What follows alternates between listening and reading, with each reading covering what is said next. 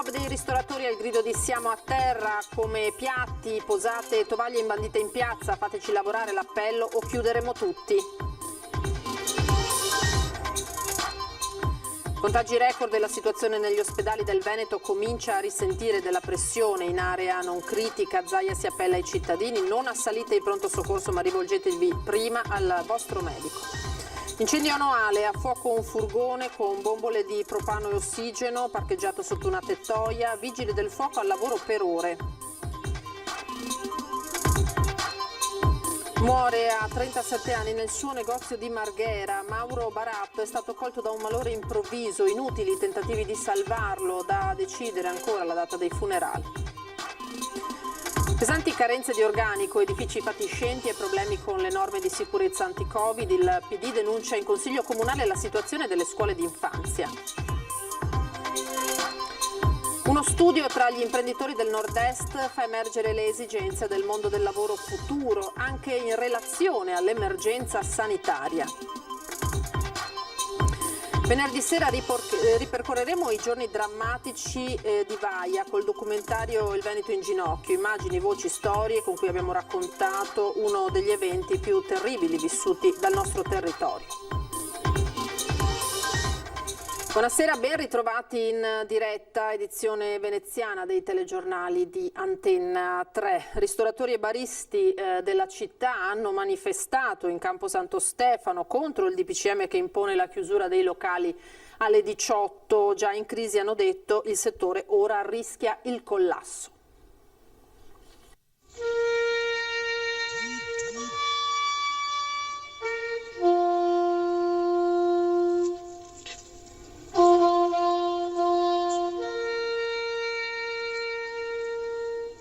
Una tromba che intona il silenzio risuona per Campo Santo Stefano. Non è ancora il funerale della ristorazione e dei pubblici esercizi veneziani, ma poco ci manca.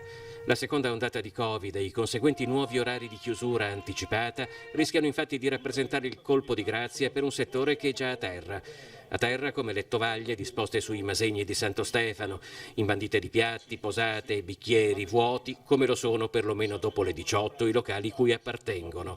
Se non ci lasciano lavorare, dicono i manifestanti del settore, in Italia rischiano di chiudere 300.000 aziende. Non siamo noi gli untori, non siamo noi la causa dei contagi, perché le nostre aziende stanno rispettando tutto quello che ci è stato imposto e quindi che risolvano i problemi di trasporti, della scuola, che risolvano tutto quello che c'è da risolvere in quei luoghi che sappiamo essere quelli del contagio.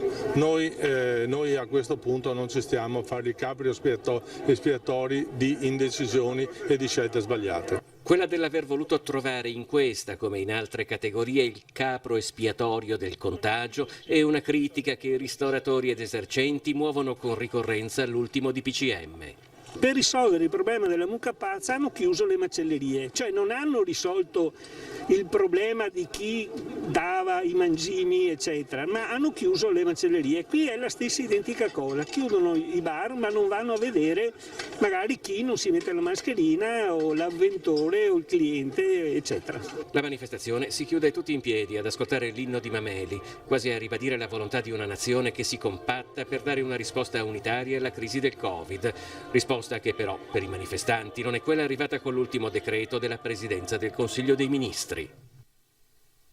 Alla manifestazione di Campo Santo Stefano contro le chiusure alle 18, tante testimonianze di addetti alla ristorazione e ai pubblici esercizi. Molti temono di dover cessare addirittura l'attività. Ci ha visto seduti per terra, questo la dice lunga su com'è la situazione. In questo momento siamo tutti a terra. Cos'è che chiedete? Di lavorare. Io purtroppo ho già chiuso le serrande del mio ristorante, un ristorante a Mestre, e mi sono trovato a chiudere perché non ce la faccio, i costi sono superiori alle entrate.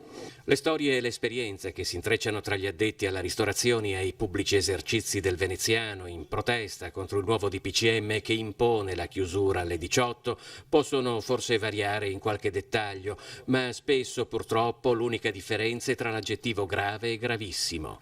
Situazione drammatica sia per quanto riguarda i pubblici esercizi, quindi ristoranti e bar, e soprattutto per il settore che io rappresento oggi, che è il settore dei catering, quindi faccio parte dell'Associazione Nazionale Catering e Banqueting Nazionale. E anche lì c'è una situazione drammatica, nel senso che è ancora peggio, nel senso che noi siamo da quando c'è stato il lockdown di marzo, che siamo fermi totalmente. Una piccola ripresa c'è stata d'estate con la mostra del cinema, ma insufficiente di fronte ai mancati introiti di un anno terribile, come spiega Matteo Secchi di Venezia.com, impegnato anche lui nel ramo turistico. Siamo molto preoccupati perché non siamo riusciti a far musina per l'inverno, che di solito storicamente d'estate si lavora tanto per far musina per l'inverno, e abbiamo davanti un inverno disastroso e con le casse vuote e con i proprietari che vogliono gli affitti, le bollette che corrono, i prestiti che vanno avanti. Siamo sull'orlo del precipizio. Un precipizio dal quale forse ci si potrebbe allontanare se invece che alle 18 l'orario di chiusura fosse spostato perlomeno 3 o 4 ore più avanti. Sarebbe sicuramente una soluzione, anche perché ricordiamo che i ristoranti a mezzogiorno sono tutti aperti al momento, di conseguenza questo nuovo decreto mette in difficoltà perché la gente non capisce la differenza che ci può essere tra mezzogiorno e sera, visto che comunque tutte le norme sono rispettate. Nel momento più difficile per l'economia cittadina, l'assessorato al commercio del Comune di Venezia è stato assunto da un paio di settimane da Sebastiano Costalonga. Noi stiamo parlando con la Regione Veneto per vedere se riusciamo a fare qualcosa. Cioè, lo Stato deve fare un passo indietro e questo dimostra attenzione verso la cittadinanza. Se va avanti così è tutto sbagliato. E poi c'è l'incremento dei contagi, il virus che purtroppo cresce continuamente, 637 nuovi contagi questa sera che sommati ai 1555 di stamane fanno un totale di 2192 nuovi infettati dal Covid in Veneto. In queste ultime 24 ore 12 le persone che hanno perso la vita, 89 ricoverati in area non critica. Rispetto a ieri c'è naturalmente anche in questo caso un incremento, 98 ricoverati in terapia intensiva più 3 rispetto a ieri. A Venezia nelle 24 ore ci sono stati 332 nuovi positivi. Crescono i contagi, l'abbiamo detto, e la situazione negli ospedali del Veneto comincia a risentire della pressione, soprattutto per l'aumento dei ricoveri in area non critica. Il governatore Zaia si appella ai veneti chiedendo collaborazione. Non assalite i pronto soccorso, ma rivolgetevi prima al vostro medico. Il problema del Covid oggi in Veneto è uno solo, che dobbiamo liberare letti di ospedale per malati che altrimenti avrebbero messo a repentaglio la loro vita se non li curiamo. Crescono i contagi ed aumenta soprattutto il numero dei ricoveri in area non critica. L'intera regione sta entrando nella terza fascia ed oggi il governatore ha chiesto alle ULSS di depositare il piano dei Covid Center. Aprire i Covid Center vuol dire chiudere 10 ospedali su 68 in Veneto. Vi ricordo che in Veneto noi eroghiamo mediamente 80 milioni di prestazioni all'anno. Vuol dire che mediamente ogni mese perso in prestazioni sono 7 milioni di prestazioni. Quindi oggi veramente vi dico, adesso iniziamo a entrare nel vivo della battaglia che ci motiva ancora di più, però è fondamentale chiedere la collaborazione dei cittadini. Niente panico, continua Zaia, ma anche un forte appello ai veneti a collaborare seguendo le regole. Questa è una sfida che dobbiamo fare assieme. Cioè non è che funziona che noi ci occupiamo degli ospedali e il cittadino va via con la mascherina così potete lasciarla a casa la mascherina, non serve a niente, anzi se ci state anche a casa è anche meglio. Poi l'appello ad evitare l'assalto ai pronto soccorso in autonomia, cosa che si sta verificando in questi ultimi giorni ancor più che a marzo.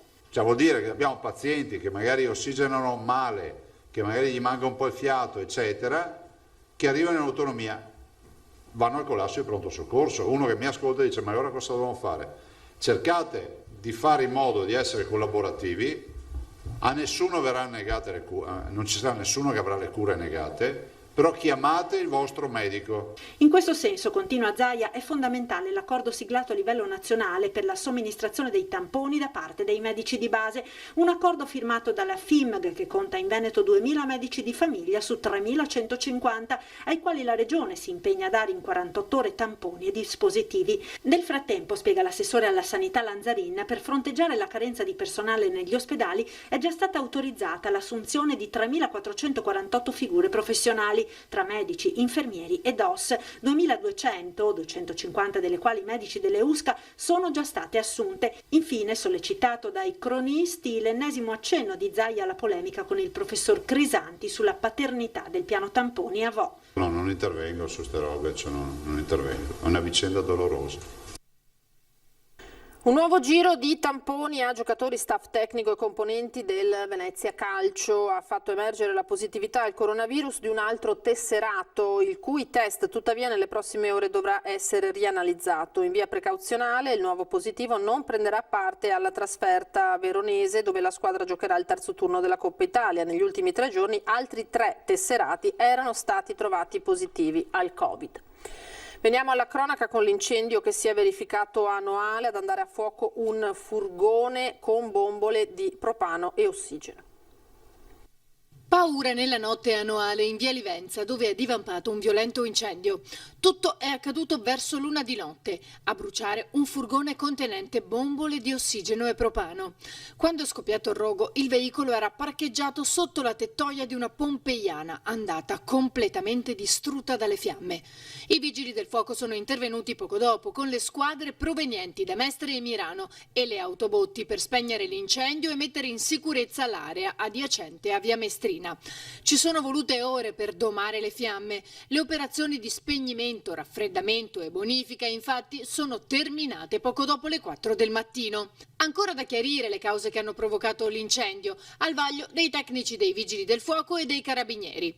Il furgone, utilizzato dal proprietario per il trasporto di attrezzature da lavoro, conteneva bombole impiegate per eseguire saldature. Lutto a Marghera per l'improvvisa scomparsa di Mauro Baratto, commerciante di 37 anni che gestiva dal 2014 la Hemp Town in via Castelli, che commercia artigianato locale, CD, incensi, t-shirt. Secondo le prime informazioni, Mauro, amatissimo da tutti, avrebbe accusato un malore in mattinata proprio mentre si trovava in negozio. A nulla sono valsi i tentativi da parte degli operatori sanitari di rianimarlo. Il suo cuore ha smesso di battere. Nei prossimi giorni sarà fissata la data dei funerali. Ancora segnalazioni e polemiche a Venezia sulla situazione di scuole d'infanzia e nidi comunali. A rimetterci, denuncia la capogruppo PD Monica Sambo, non solo i bambini e le famiglie ma anche i dipendenti.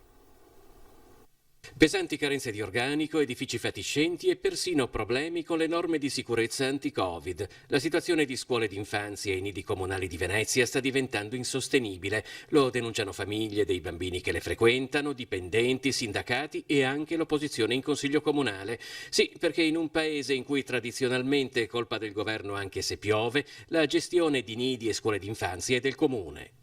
Il problema sostanziale che denunciamo ormai da anni è legato al sottorganico, da un lato alle educatrici e agli insegnanti delle asili nido e delle scuole dell'infanzia e dall'altro però anche al personale AMES, pensiamo al personale ausiliario. Sambo sottolinea segnalazioni pressoché quotidiane di educatrici spostate per fare da tappabuchi nel totale spregio delle norme di sicurezza anti-Covid. Ci sono stati segnalati ad esempio, e su questo presenteremo anche richiesta formale di chiarimento, delle situazioni nelle quali i dipendenti, ad esempio le dipendenti di AMES, sono state informate del contagi che si erano verificati nell'asilo nido oppure nella scuola dell'infanzia solo dopo qualche giorno. Altro nervo scoperto è l'assenza di manutenzione di scuole e asili con bagni rotti, soffitti pericolanti, riscaldamento che non funziona. Vi sono molti edifici ancora che devono essere oggetto di manutenzione, molte volte gli asili sono sporchi, presentano la presenza di calcinacci, polvere eccetera per lavori ancora da effettuare, ci sono problemi negli scarichi. Il rafforzamento dell'organico doveva essere fatto da tempo, ma le assunzioni del Comune sono andate quasi tutte a favore della Polizia Municipale, peraltro, conclude la capogruppo PD, con scarsi risultati. Nei quartieri, nei sestieri, nelle varie territori non troviamo la presenza di vigili vigili che controllano anche in questo periodo, diciamo, di emergenza sanitaria. Non abbiamo avuto un costante e frequente presenza di vigili nelle zone, ad esempio, della cosiddetta movida. Ora un piccolo break, ma rimanete con noi.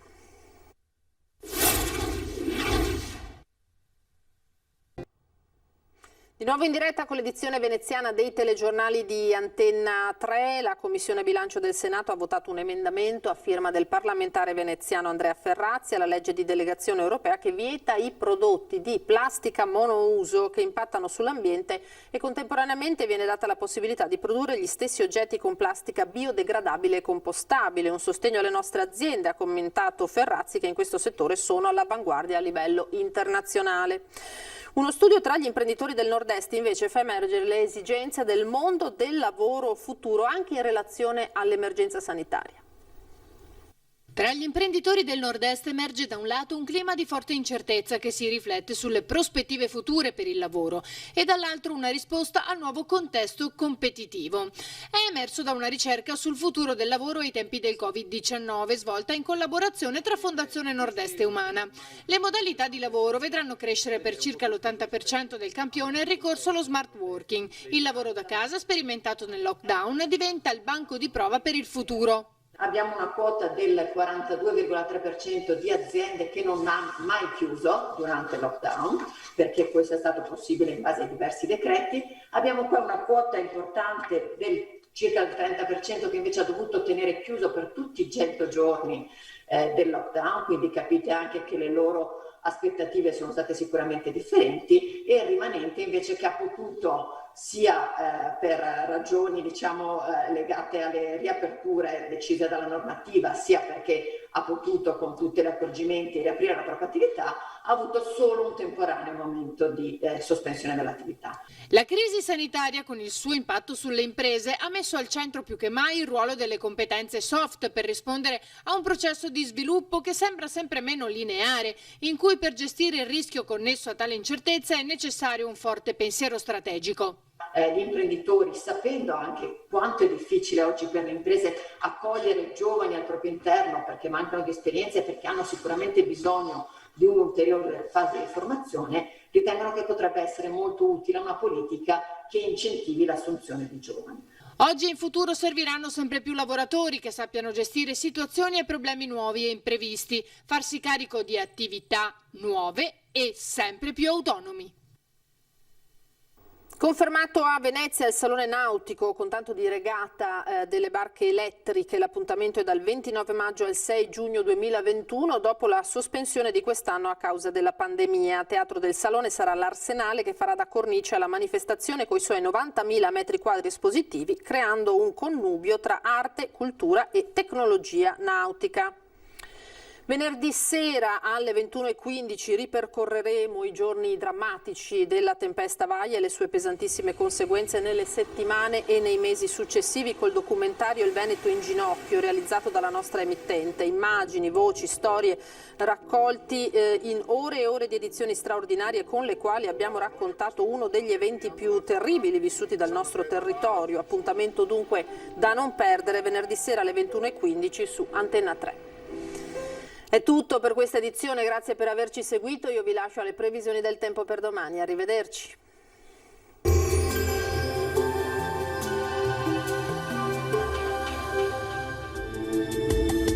Benvenuti al Meteo. L'alta pressione torna a prendere possesso dell'Italia, ecco che anche al nord-est avremo una fase di tempo stabile. Vediamo il dettaglio di giovedì 29 ottobre. Sul Veneto possibili foschie o nebbie sparse in pianura e nelle valli durante le ore più fredde della giornata, in diradamento però col passare delle ore. Ampio soleggiamento a seguire con cielo al massimo poco nuvoloso. Temperature oltre la media del periodo, minime fino a 10 gradi, massime invece tra i 16 e i 17 gradi all'incirca. Ci spostiamo ora sul Friuli Venezia Giulia, anche qui inizialmente locali nubi basse, dal pomeriggio decisamente più sole, non sono previste piogge degne di nota. Temperature minime tra 8 e 11 gradi, massime oscillanti invece tra i 16 e i 17 gradi. Infine uno sguardo alla situazione del Trentino Alto Adige, addensamenti sui settori alpini di confine e soleggiato invece altrove. Temperature minime sugli 8-9 gradi, massime invece sui 16-17 all'incirca. Dal meteo di Antenna 3 per ora è tutto, arrivederci al prossimo aggiornamento.